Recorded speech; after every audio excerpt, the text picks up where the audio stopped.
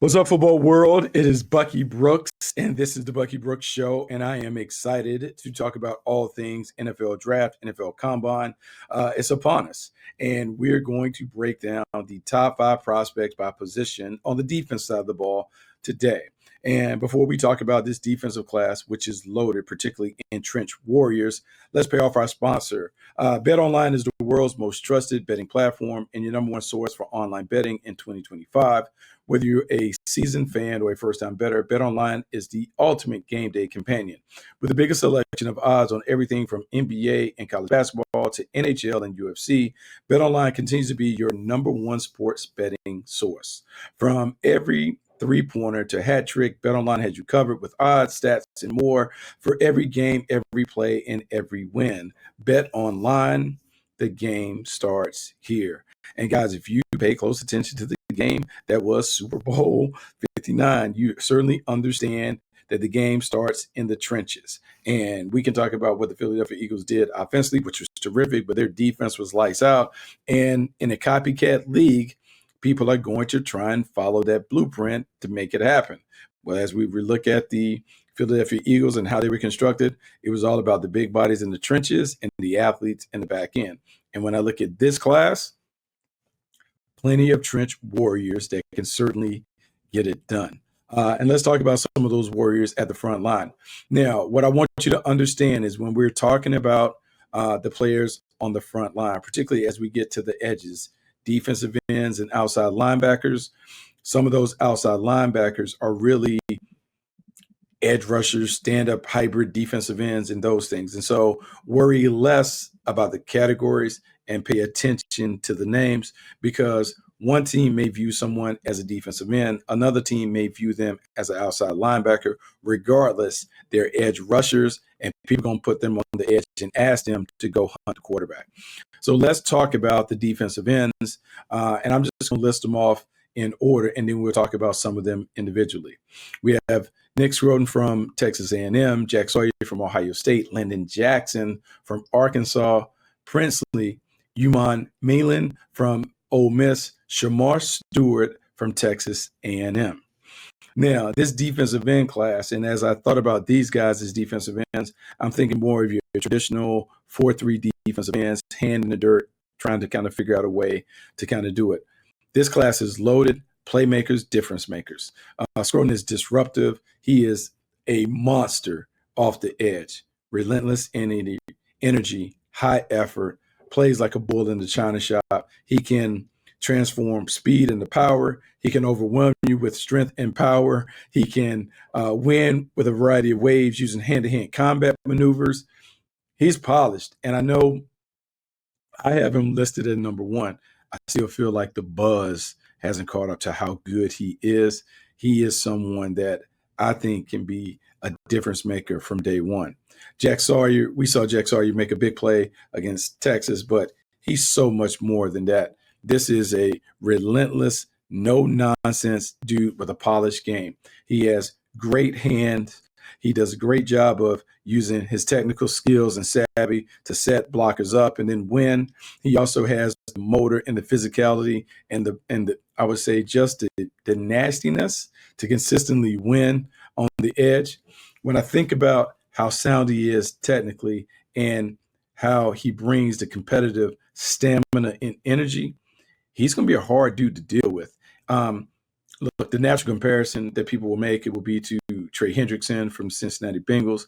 And I would say that that's a very valid one. When you think about Trey Hendrickson and how he has been able to dominate the league after kind of entering it as an afterthought, Sawyer has double-digit sack potential. And right system, right coach, right opportunity, he could be a perennial double-digit sack artist off the edge. Stewart is kind of interesting because I think some people talk about him being a boom or bust prospect, right? He's boom or bust because he has the tools that you always look for at the position: size, arm length, hand skills, speed, athleticism, power. He has all those things. He's one of these supersized defenders that makes the game really look easy. When you think about him, he's probably a better run defender than pass rusher, but we've seen dominant run defenders kind of make their mark. Jadeveon Clowney was a guy that was probably more of a dominant run defender than pass rusher, but he still was able to get to 8, 9 sacks annually. Shamar Stewart has not put up those kinds of numbers yet as a pass rusher, but what he does have is tremendous upside and potential. That potential is going to get him an opportunity to hear his name called within the first 32 picks. And then it's on him to kind of settle into a role that allows his talent to flourish. I spoke out of turn, but I'm going to say this, like Lynn and Princely, both of these guys are really intriguing because they're stand-up players. They're guys that can kind of come off the edge. They play with like relentless energy, nonstop motors. They wear you down just with their athleticism and their relentlessness. Very similar, but used differently. Landon Jackson kind of came on, was kind of a one-man show at Arkansas on the edges. Princely kind of dominates with speed and quickness, burst. You see him as more of a flash player than Jackson. But regardless, both of these guys are intriguing, and it's one of the reasons why I wouldn't be surprised when we talk about within the top 50. These guys can go anywhere from 17 to 50, depending upon how a team views them. Let's now go to, I would say, let's go to the other edge guys before I do it. And so I got them listed as outside linebackers. Let's just kind of call them the hybrid edge rushers. That's the best way to categorize them. In these categories, here's where you have kind of like the speed athletes that are playing off the edge that can get it done from a stand-up position primarily. Abdul Carter from Penn State, James Pierce Jr. from Tennessee, Mikael Williams from Georgia, Mike Green from Marshall, and then Donovan Izuruku for Boston College. And in this class, man, what I love about watching these pass rushers, it's about first step quickness and snap count anticipation. Having watched great pass rushers for a long time, the guys that are able to do it and do it at a high level consistently typically have great get off, and they have an unbelievable knack for anticipating the snap count. So they put immediate pressure on the offensive tackle with their get off and burst. Abdul Carter is masterful at that. Great first step quickness. He is, I would say, the gold standard when it comes to an agile athlete with speed, quickness, and closing bursts. He is a speed rushing phenom with outstanding balance and body control. Naturally, when you see him wearing number 11, people make the comparison to Micah Parsons. I don't think he's like Micah in terms of the power and bull in a china shop style that Michael plays with. I would say he's more of a smooth moving athlete that just kind of wears you down because he's gifted. He has put it together. He started to sequence his moves. He finished his career, I want to say, with 22 or whatever sacks. He is beginning to come on, and you're beginning to see that he can sequence the moves. So now he can counter how people approach him. And when you have a primary and a counter, it can make you unstoppable. He has shown signs of becoming an unstoppable force off the edge. Pierce is someone interesting because his grade is ultimately going to be determined by his character and whatever he has to prove to evaluators that they can trust that he is going to be the player on the field consistently. As a player, man, there's everything that you like about him. Freakishly talented pass rusher, great quickness, active hands, just overwhelms tackles with his first step, cat-like quickness. He has a variety of shake and bake maneuvers where he can kind of put his foot in the ground, exhibit a little wiggle, and sequence that with his hands to get free. He's going to do it. And if he is right mentally, there's no reason why this dude can't be a perennial Pro Bowl player. But it's the other stuff that you worry about, which is going to impact his grade. And it's one of those things you have to talk about. Mikael Williams, speed, quickness, impact player. He has all those things. I would say he is more athlete than proven player right now, but there's a lot to like about his game. When you think about the players that have kind of come out of Georgia, even Trayvon Walker, they didn't necessarily have the production as collegians, but then their games translated better as pros. As much as I talk about Trayvon Walker, we saw it with Nolan Smith. We've seen these guys kind of step out and do some different things when they got away from Georgia. A lot of people expecting Mikael Williams to be able to do it. Mike Green, one of the things that I learned along the way, and this is something that comes right from Baltimore Ravens, former general manager Ozzie Newsome, Hall of Famer, one of the best in the business when it comes to evaluating. He always says sack production translates. Guys who have tremendous sack numbers in college tend to have tremendous sack numbers as pros. That's why my eyes are squarely on Mike Green as a guy that can be an impact player. Led the country in sacks this year. Look, played at Marshall by way of Virginia. This dude, relentless competitor, good first step quickness, great hand skills, has a knack for just kind of slithering and getting around blockers. You don't get as many sacks as he got. I want to see 17 sacks in his final season without having a knack for being able to get it done. Right system, right coach. He is going to unlock his superpowers. This dude can be a dominant player on the edge.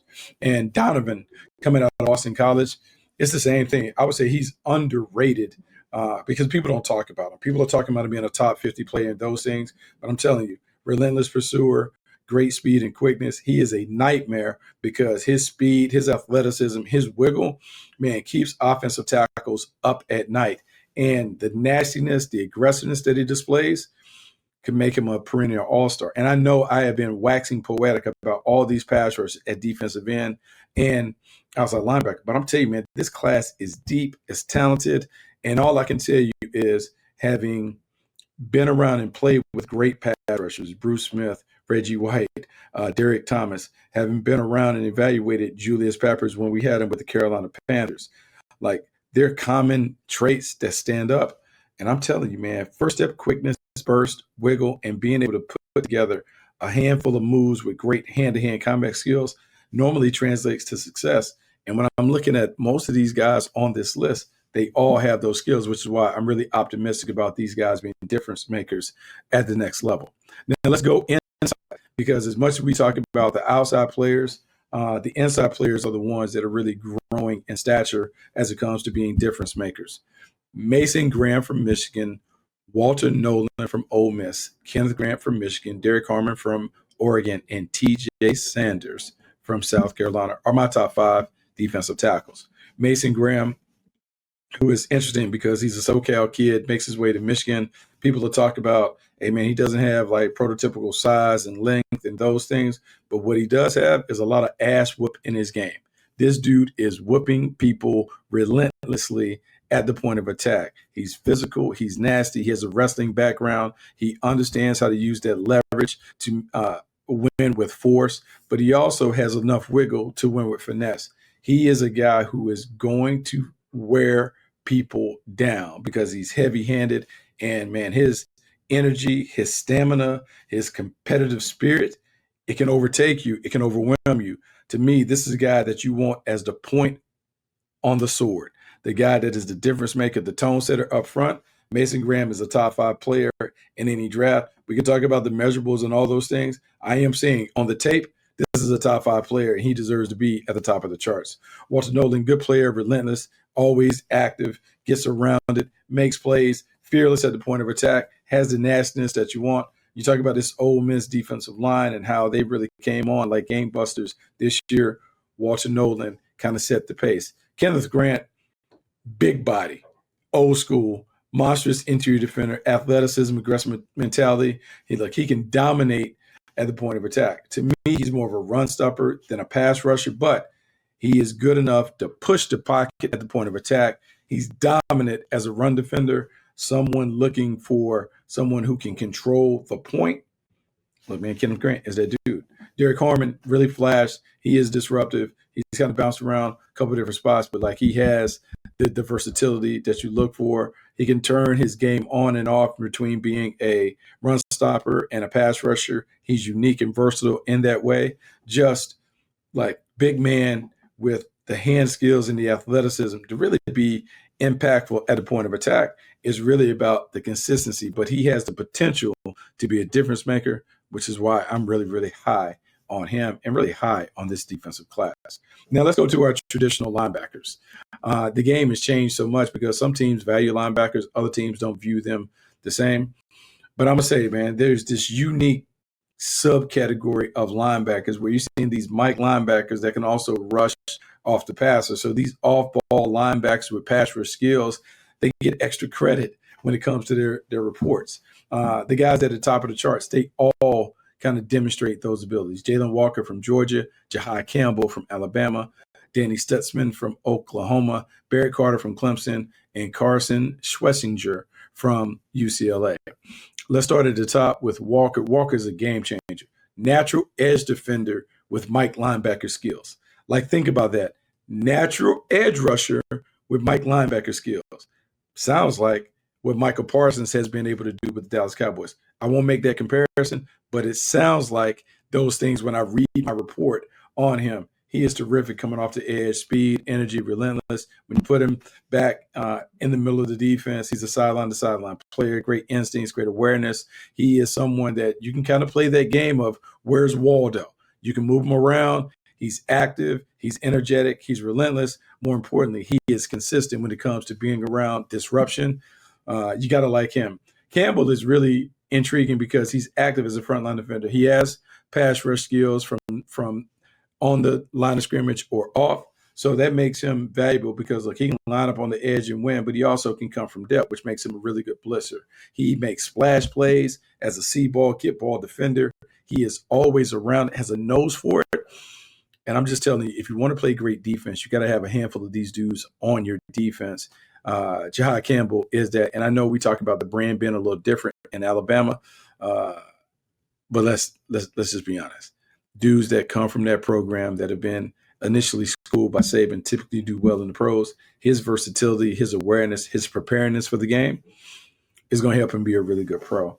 Stutzman and Carter are good. They're productive. They're tackling machines. They're more of your traditional players that can kind of make it happen and do it. And I'm not going to dismiss them because I think both of these guys are solid. But I'm saying the name that you want to keep an eye on is Carson Schlesinger from UCLA. And the reason why you want to keep your eye on him is because some people are going to peg him as a one-year wonder given the production that he had at UCLA. He's a former walk-on who's made his way onto the roster like on special teams and then finally got an opportunity to play, and he crushed it. And when I mean crushed it, like just a tackling machine, instincts, awareness, plays on the ball, all of those things. And when we talk about the guys that tend to play in the league for a long time, it's like the blue-collar guys who really had to get it out the mud, who had to earn their way. Carson had to earn his way onto the team. And not only did he have to earn his way onto the team, he had to earn his way onto the field and then into a bigger role. That journey, to me, signals a little toughness that you want in the middle of your defense. High IQ traffic cop who has the stuff. Man, UCLA standout is really intriguing. He is someone to keep an eye on. Not as a first rounder, but I'm thinking top 50, top 45 picks. He could hear his name called. Let's go to the back end. Look, the cornerback class is not what it's been in the past, but it doesn't mean that you can't find good players if you know what you're looking for. The thing about the cornerback class is interesting is that the guy that I have at the top of the board is a guy that won the award for the Biletnikoff Award, which goes to the best wide receiver in football. Travis Hunter leads a group that is also featuring Travis Hunter, Will Johnson from Michigan, Shannon Revelle from East Carolina, Benjamin Morrison from Notre Dame, and Jedi Barron from Texas, who is a Jim Thorpe Award winner, right? Funny. This class is loaded with ball hawks, guys that can get it done on the perimeter, but I'm telling you, the best one to me is Travis Hunter. And I want to be very clear so everyone understands what Travis Hunter really is as a DB. Travis Hunter is a ball hawk. Travis Hunter is not a shutdown corner. The difference lies in the way that his game can be maximized as the next level. When you think about shutdown corners, you're thinking about someone that wants to play nose to nose, play man to man on the guy, and they eliminate them from that half of the field. Travis Hunter can play man to man and do all that, but he's at his best when you free him up and allow him to cue the quarterback, allow him to read routes and jump routes and make plays on the ball. That's why I believe he is better suited to be a zone corner than a man corner, because I want to take advantage of all his receiver skills, his instincts, awareness, ball skills. I want to maximize and feature that on the perimeter. To me, that is what he does really well. He sees it. He gets it. He'll tackle. He is always around it. Look, man, they're just some special players who can do those things. Look, he's more of a zone corner than a man corner, but I'm going to take him all day, every day. And by the way, if you want to play him two ways, to me, when I look at his game as a wide receiver, at his best, he's maybe a number two. He's probably better suited to be a number three receiver. What you're getting when you get Travis Hunter, to me, is a standout cornerback who's worthy who's good enough to play in packages as a wide receiver and maybe even being used in the return game. But to me, he's a better defender than offensive player, so I'm going to put him on defense. Will Johnson is another in a long line of corners from Michigan that the IQ toughness to make plays at the next level. This is someone who has played good ball for a long time. I would say his plight reminds me a lot of Derek Stingley. Didn't play great last season, but the season before, man, he might have been the best corner on the field. Terrific, versatile, tough, will tackle, technical skills are all there. To me, he's scheme friendly. He fits in anywhere, on, off, like whether you press, shadowing, he can do all those things. That's why, to me, he's right up there. He could be the best one when we talk about it down the line. Shannon Revelt, someone who had an ACL injury, but before he suffered the injury, he was at the top of the charts. This dude is terrific, great instincts and awareness. You got to see how he comes back from it, but he's good. Benjamin Morrison, big body, physical, can do those things on the edge. But the guy who's going to potentially be the biggest riser leading the combine, Jahdae Barron from Texas, Jim Thorpe Award winner. He can play a role not only on the outside, but as a nickel corner. He might be the best nickel in the class. You think about his talent, his instincts, his awareness.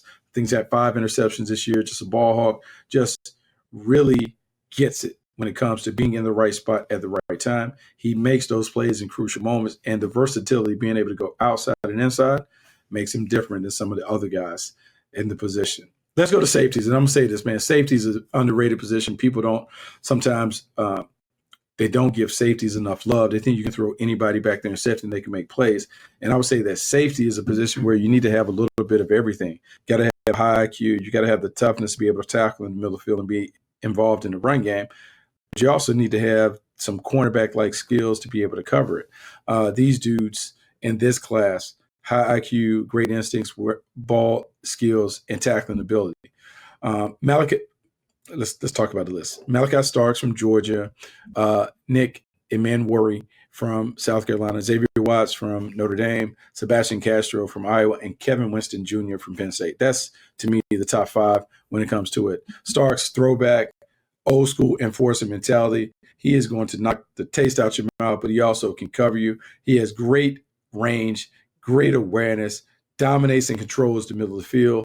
He is the old school safety that every defense coordinator wants, because he can make it against the run, against the pass. He has the toughness to set the tone, all those things, which is why I kind of put him up there.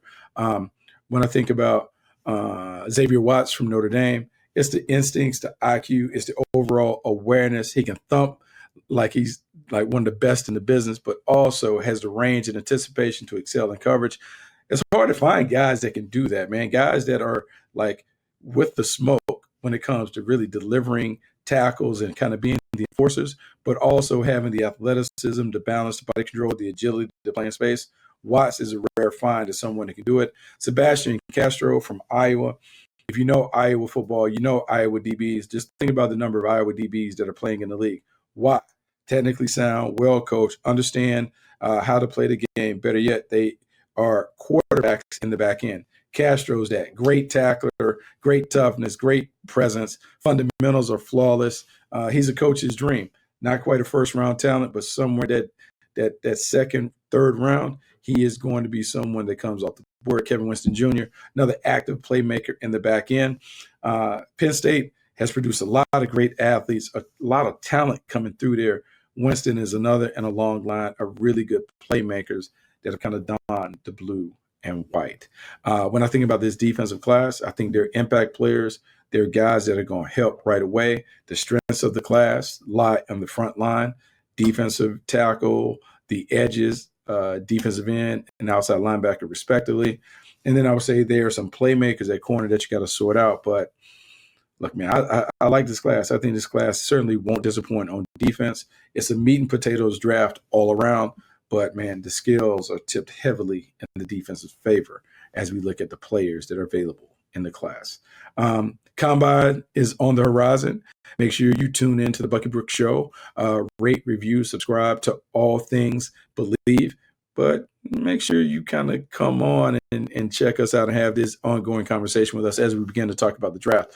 Love the draft, love all things about the draft, and I'm share some secrets to help you and everyone else figure out how to determine which players are going to pop at the next level and which ones may have a difficult time.